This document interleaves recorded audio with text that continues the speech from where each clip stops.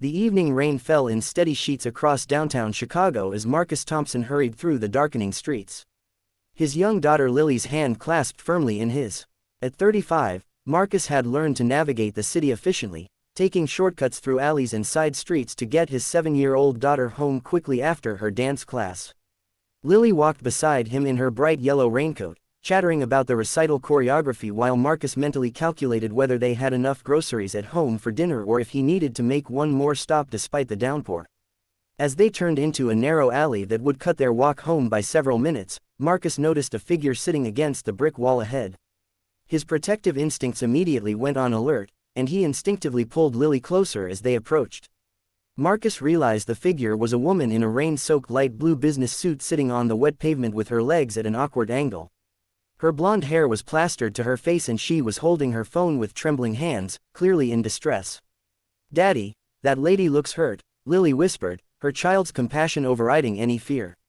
Marcus's first thought was to keep walking, to protect his daughter from whatever situation this might be.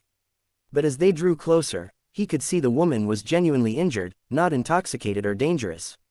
"Please," the woman said, her voice shaking as she looked up at them. "Please don't hurt me. I can't walk. My ankle, I think it's broken." Marcus immediately understood her fear. She was alone, injured, and vulnerable in an alley as darkness fell. Two strangers approaching could represent either help or additional danger. And she had no way of knowing which. "Ma'am, we're not going to hurt you," Marcus said gently, crouching down to her level while keeping Lily safely behind him.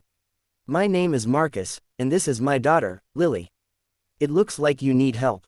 What happened?" The woman's fear began to ease slightly at his calm tone in the presence of the child.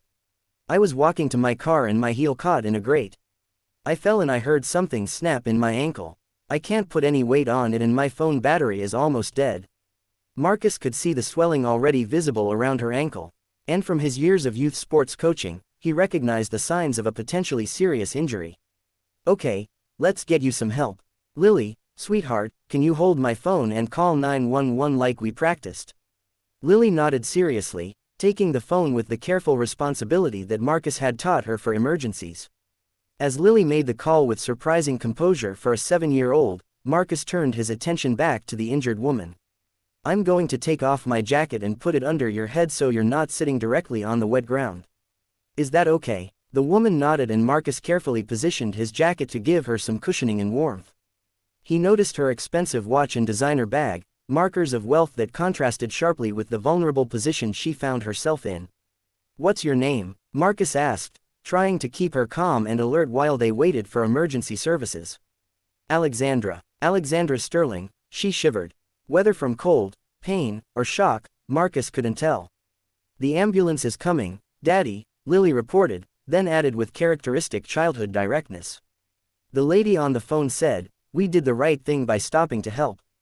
Alexandra looked at Lily with something like wonder. "You're very brave to help a stranger. Most people would have walked by. Daddy says that's when people need help most. When they're strangers, nobody knows," Lily replied matter-of-factly.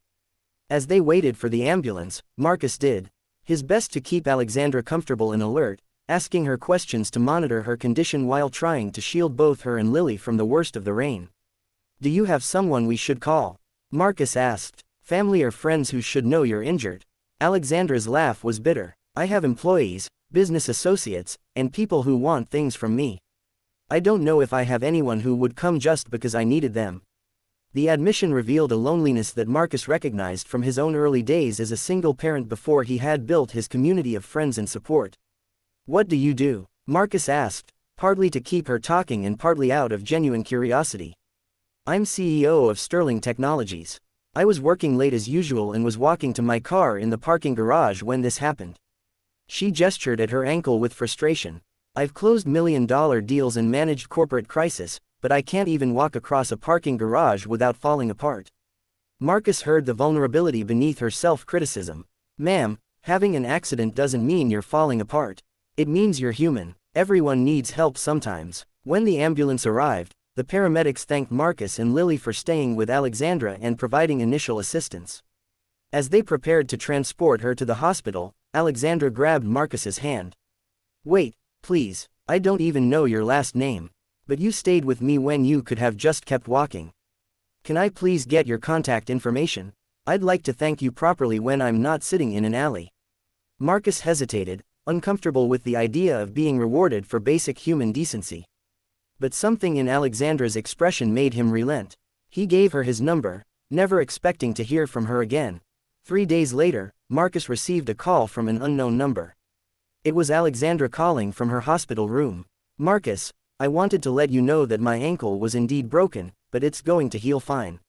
More importantly, I wanted to thank you and Lily for stopping. I've been thinking a lot about what happened. I'm glad you're going to be okay, Marcus said. Anyone would have done the same thing. But they didn't, Alexandra replied. Security footage from the parking garage showed that 7 people walked past me before you stopped. 7 people saw a woman sitting injured in an alley and kept walking because it was inconvenient or potentially complicated to get involved. She paused. Marcus sitting in that alley unable to walk. I realized something. I've spent 15 years building a company and accumulating success, but I've never built the kind of life where anyone would stop for me the way you did. I don't have a community. I don't have real friends, and I certainly don't have the kind of relationship with my daughter that you clearly have with Lily. You have a daughter? Marcus asked Sophia. She's 8. She lives primarily with her father, my ex-husband.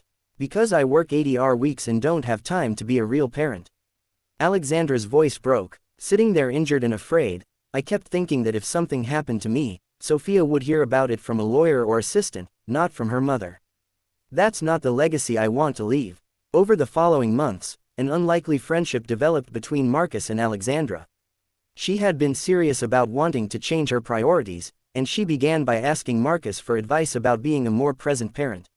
Marcus, who struggled financially but was rich in relationships and parenting skills, found himself mentoring a CEO about work-life balance, quality time with children, and building genuine community connections.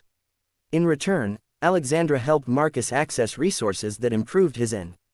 Lily's situation, not through charity, but through opportunities, a better job with flexible hours that still allowed him to be present for Lily, connections to programs that supported single parents, and eventually a position managing community outreach for Sterling Technologies' Family Wellness Initiative. More importantly, Alexandra began rebuilding her relationship with Sophia, using Marcus's example to understand that being present mattered more than being perfect or powerful. She reduced her work hours, attended school events, and learned that genuine connection required vulnerability and time, not executive decisions, and efficiency. 2 years after that rainy evening in the alley, Marcus and Lily attended a community event hosted by Sterling Technologies. Alexandra stood on stage with Sophia beside her, announcing expanded family support programs for all employees. This initiative was inspired by someone who taught me that the most important measure of success isn't profit margins or market share, but whether we show up for each other when it matters. Alexandra said, 2 years ago, I was literally unable to walk, sitting alone in an alley, and a single father with his young daughter stopped to help when they had nothing to gain by doing so. They reminded me that being human means helping others, even when it's inconvenient. She looked directly at Marcus in the audience. Thank you for showing me that true strength is measured by compassion and that real wealth is counted in relationships and community, not bank accounts. The injured CEO who had begged for help had learned that vulnerability wasn't weakness and that sometimes our lowest moments show us what really matters. And the single father who had simply stopped to help someone in need had demonstrated that the most transformative thing we can teach our children is that kindness matters more than convenience. Thank you for listening to this story about showing compassion to those in crisis and how helping others can create unexpected positive changes for everyone involved. If this tale reminded you that we're all vulnerable sometimes and that stopping to help matters, please like this video, share it with someone who believes in community and compassion, and subscribe for more stories celebrating everyday kindness. We'd love to hear in the comments about times when helping someone in crisis changed your perspective or when a stranger's kindness helped you in a difficult moment. Remember, the most important thing we can teach the next generation is that we help people because it's right, not because we expect something in return.